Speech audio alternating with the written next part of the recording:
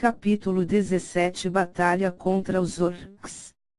Caímos por cima de uma laje no segundo andar de uma casa. Logo de frente a nós estavam os portões de grades grossas de aproximadamente 4 metros. Os titãs que vimos entrando antes lutavam contra criaturas verdes que pareciam humanas na forma e estatura. Eles eram mais musculosos e maiores, usavam machados de 2 mãos, armaduras de couro e capacetes de espinhos. Os titãs os enfrentavam diante dos portões fechados para evitar que eles adentrassem a cidade. Atrás de nós pessoas corriam apressadas entrando numa espécie de casa metálica oval. Parecia haver uma escada ao qual eles desciam. 2 homens controlavam a entrada. De resto, a cidade me parecia normal, não era como as cidades imensas do meu mundo, era bem mais formada e organizada. Algumas das criaturas verdes sobravam por estarem em números maiores, começavam a dar machadas nos portões onde não haviam defesas. Orcs, disse Morfeu um tanto desapontado. Eu esperava um pouco mais que isso. É seu primeiro dia, acha que eu iria o trazer para enfrentar um fim dos tempos? Perguntou Baturiel olhando de lado para ele. Ao contrário de quando olhava para mim, Baturiel não parecia ter raiva de Morfeu. Tanto faz, disse Morfeu e conjurou sua armadura branca. O elmo era completamente fechado e queixudo, não possuía uma couraça completa, apenas um protetor de peito esquerdo, e um único protetor de ombro do mesmo lado. Suas botas iam até o joelho e as luvas cobriam as mãos até a metade do braço. Para a proteção das pernas, uma calça de malha metálica, como na maioria das armaduras que já vi, presa a um cinto com detalhes amarelos e botas simples que iam até os joelhos. Para minha surpresa, as roupas de Morfeu também mudaram, era algo mais confortável para combate, cobrindo todo o corpo até onde eu podia ver por baixo da armadura. Um enorme machado caiu mais ou menos 1 metro acima dele, ao qual ele segurou firme com as 2 mãos. Por alguns segundos eu pisquei sem acreditar que ele segurava tão fácil um machado daquele tamanho. Baturiel me olhou em seguida e eu sabia o que precisava fazer. Mandei o comando mentalmente dentro de mim e senti uma energia do peito se libertar. Ela correu pelo meu peito, braços, pernas e tudo quanto foi parte, enquanto eu sentia uma sensação quente. Então minha visão mudou quando o elmo cobriu minha cabeça. Eu podia enxergar melhor, mais longe, meu corpo estava muito mais leve, eu sentia que era quase capaz de voar. Foi como disseram. É incrível, disse Morfeu animado e balançou o machado com facilidade de um lado a outro, cortando o vento virando para o lado contrário de nós. Ele não parecia ter dificuldades em mover aquele enorme machado de um lado a outro. O armamento dos titãs era mesmo incrível. Ataquem os orcs que estão vindo por aquele lado, vão os 2 juntos, disse Baturiel apontando para a direita dos portões. Sobre uma trilha de terra um grupo de orcs vinha correndo gritando e com seus machados levantados. Morfeu saltou pulando em outra laje adiante e depois em outra, se aproximando do lugar enquanto carregava o grande machado prateado. Eu segurava as 2 espadas de porte médio prateadas de cabo branco, elas eram apenas levemente curvadas, suas lâminas pareciam bem afiadas. Saltei então na direção de uma casa, mas passei direto, o que me fez cair desequilibrado na rua de areia. Não me machuquei. Para um titã se ferir era necessário bem mais que uma simples queda. Medi errado a força para fazer aquele salto e fui quase 3 vezes mais longe. Já na rua continuei correndo com cuidado até chegar aos portões.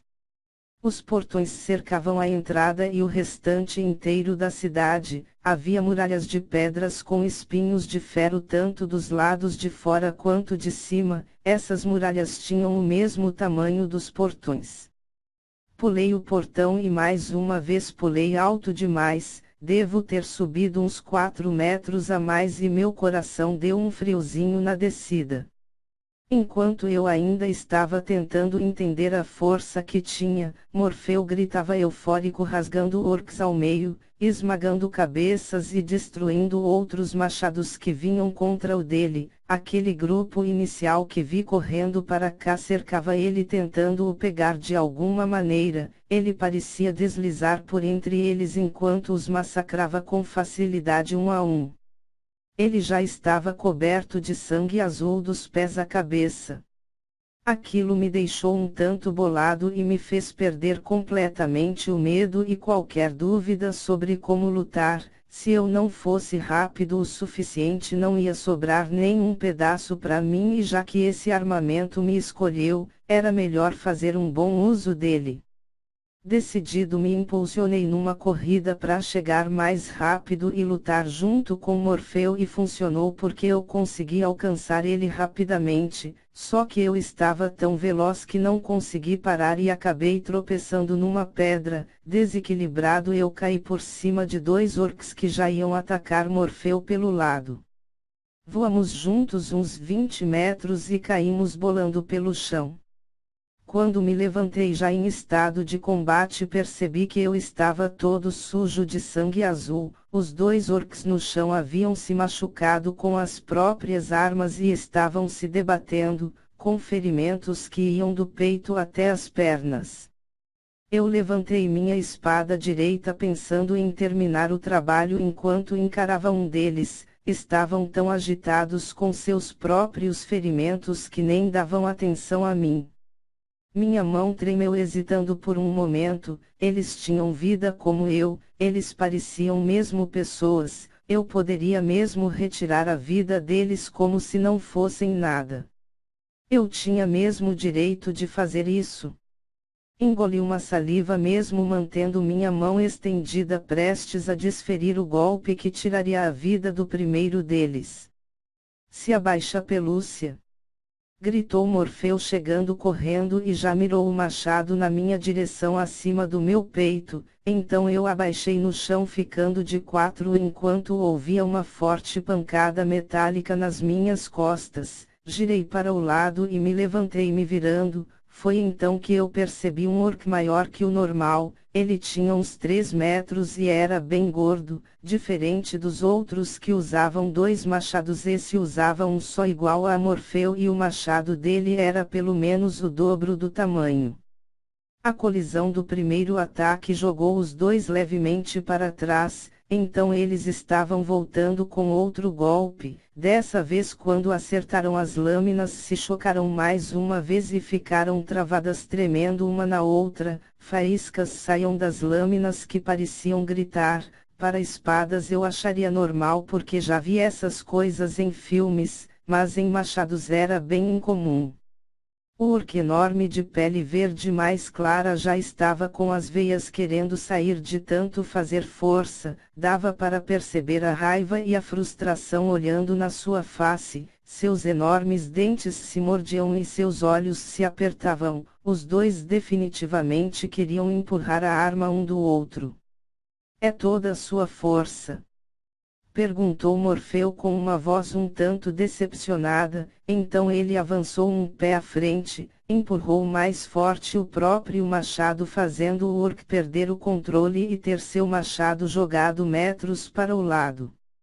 Em seguida o orc se desequilibrou quase caindo para trás e arregalou os olhos assustado vendo Morfeu tomar vantagem no impulso que deu de lado. Morfeu girou em volta do seu próprio corpo mantendo o machado em posição de ataque enquanto o levantava um pouco mais. Aproveitando essa mesma velocidade, ele golpeou o pescoço do orc.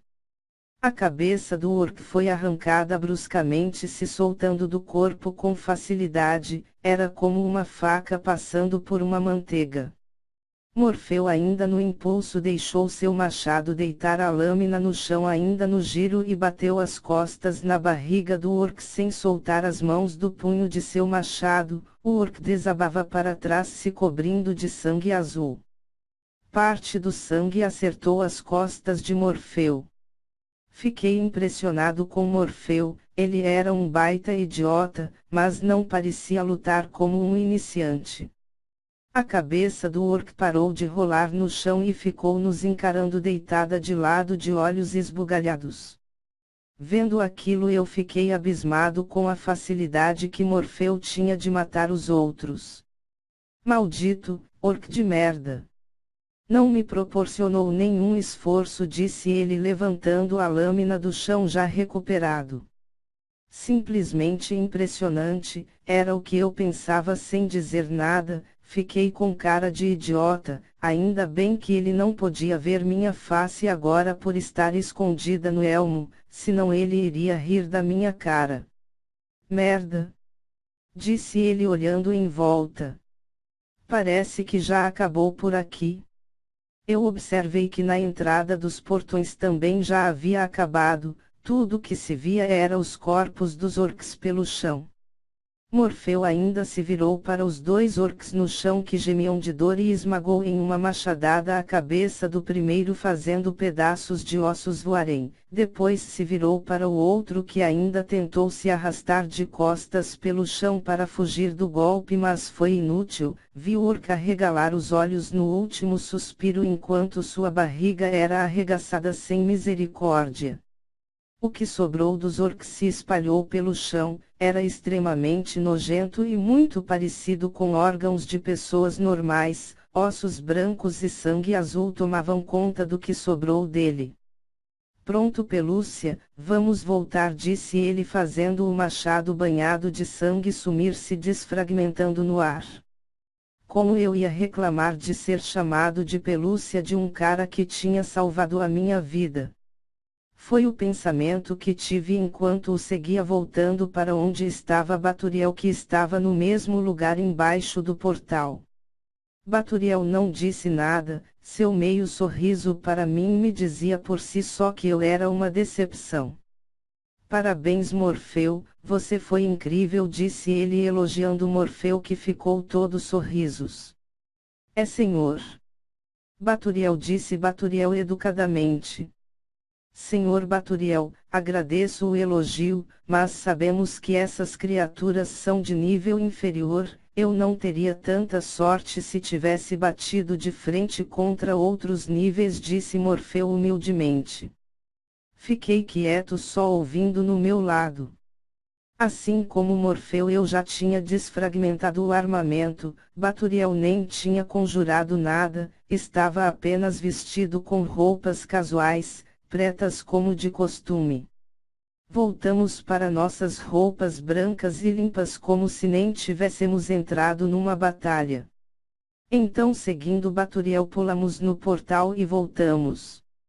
De volta ao pátio, retornamos ao nosso grupo. O instrutor explicou um pouco sobre a nossa energia e citou que o primeiro sinal de enfraquecimento que temos dela é quando nossa visão melhorada perde o efeito. Nesse ponto já consumimos mais de 80%.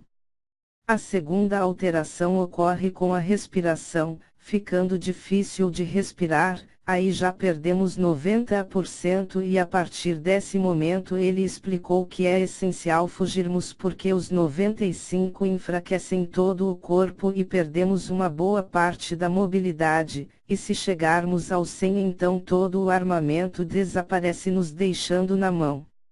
Depois de toda essa explicação ele nos levou para a cantina, onde empregados e empregadas da cidade serviam o almoço.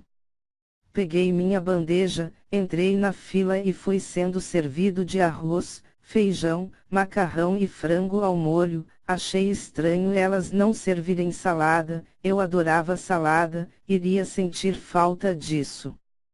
Procurei uma mesa vazia, e tinha muitas. Me sentei na primeira delas, quem se juntou a mim foi Gustavo, na mesa do lado Morfeu se sentou com os outros dois do nosso grupo. E então como foi? Perguntou Gustavo mostrando curiosidade. Foi tranquilo, respondi sem graça. O que vocês enfrentaram?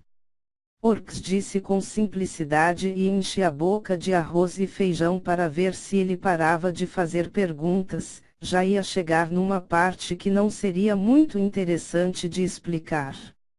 Então, quantos você matou? Perguntou ele. Viu? Eu pensei nisso e juro que pensei mesmo, mentir não ia me ajudar e nem me tornar um titã melhor. Nada, só me atrapalhei na verdade, expliquei após engolir o que mastigava. De uma forma ou de outra ele iria descobrir. Na mesa ao lado Morfeu e os outros dois riam enquanto olhavam para a minha cara. É tão complicado assim usar o armamento? Perguntou Gustavo confuso. Não, eu acho que o problema foi só comigo. Morfeu se saiu bem, expliquei e ele se virou na direção deles olhando. Eles são um bando de idiotas, não esquenta com isso, disse ele voltando a atenção à nossa mesa. Nós terminamos de comer e ficamos em um corredor do lado de fora da cantina sentados em um banco de madeira. Gustavo me contou que seu sonho sempre foi se tornar um titã. Seu pai havia morrido em combate na guerra de 20 anos atrás, onde morreram vários titãs. Foi a segunda tentativa de destruir o Deus das Trevas e falharam. Eu juro, eu mesmo irei destruir o Deus das Trevas com minhas próprias mãos. Irei vingar a morte do meu pai. Havia convicção em suas palavras e eu fiquei apenas em silêncio. Me lembro de Lilith e outro cara careca nos atacarem. Eles eram bem fortes, não acho que essa seja uma tarefa fácil, disse. Eles são chamados de domínios, dizem que atualmente existem 7 deles, todos são servos do terrível Deus das Trevas. A numeração de estrelas significa o seu nível de poder. Lilith foi a última a entrar no exército deles, isso ocorreu logo no início da Segunda Guerra. Sendo a última, ela é também considerada a mais fraca. Quanto menor o número de estrelas, mais forte é o dominado pelo Deus das Trevas. Então Lilith já foi mesmo uma boa titã. Sim, diziam que ela era muito gentil e atenciosa com todos. Ela era uma das instrutoras dos jovens titãs há vários anos. Naquele tempo não tinham frescuras sobre homens e mulheres terem um instrutor do mesmo sexo. Meu pai mesmo foi um dos alunos dela, explicou ele. Como sabe tudo isso? Perguntei.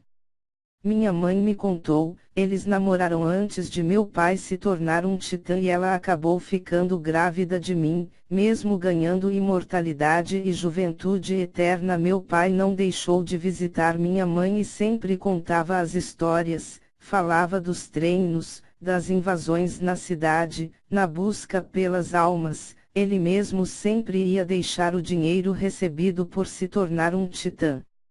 Um salário. Uma boa ajuda de custo que sustenta sua família sem problemas, explicou ele. Então você não era nascido. Meu pai morreu dias antes de eu nascer. As histórias eu ouvi da minha mãe. Por que Lilith virou do mal? Perguntei. Diziam que ela era completamente apaixonada pelo namorado da princesa. Ele se chamava Dante, o destruidor de terrenos. Ele lutava com 2 espadas e era tão veloz que diziam que o chão em volta costumava se rachar e se quebrar, porque para ele conseguir fazer as curvas fincava uma espada no chão e girava o corpo. E qual era a patente dele? O armamento. E o que aconteceu com esse cara? Perguntei surpreso. Ele era general das tropas do castelo. Seu armamento era um tipo desconhecido, único assim como o armamento dos deuses. Ele morreu lutando contra o próprio Deus das Trevas. Aia conseguiu sair ilesa e o Deus das Trevas fugiu ferido. Então, sob o sacrifício dele, tivemos tempos de paz até alguns meses atrás, onde o Deus das Trevas voltou à ativa. Armamento desconhecido. Sim, ele era extremamente poderoso. Dizem que ultrapassavam o poder até mesmo do armamento dos deuses, respondeu ele. E o armamento dos deuses? É um presente dado por um deus diretamente a um titã. Não existe glória maior do que receber um poder desses. O armamento então permanece na família e é passado de geração em geração caso o titã em questão morra. Como você sabe tanto sobre isso? Eu sempre fui curioso a respeito desses assuntos. Meu pai teve sua história aqui, é normal querer conhecer todos os detalhes. Então Aya está todos esses anos solteira? Perguntei um pouco interessado. Sim, desde a morte dele parece que ela perdeu qualquer interesse em ter um homem. Muitos príncipes de outros reinos tentaram o coração dela, todos falharam. Oficialmente ela não chegou a se casar com Dante, eles só haviam marcado a data, então basicamente ela ainda é considerada uma princesa pura, disse Gustavo.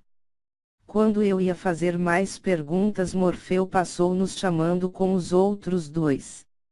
Vamos lá, Pelúcia e Sonhador, já está na hora de voltar, ele disse rindo com os outros que seguiam à frente. Eu olhei um pouco irritado às costas do mesmo, mas sem me esquentar. Não ligue para isso, disse Gustavo se levantando. Eu não ligo, disse com um meio sorriso, e nós seguimos atrás deles.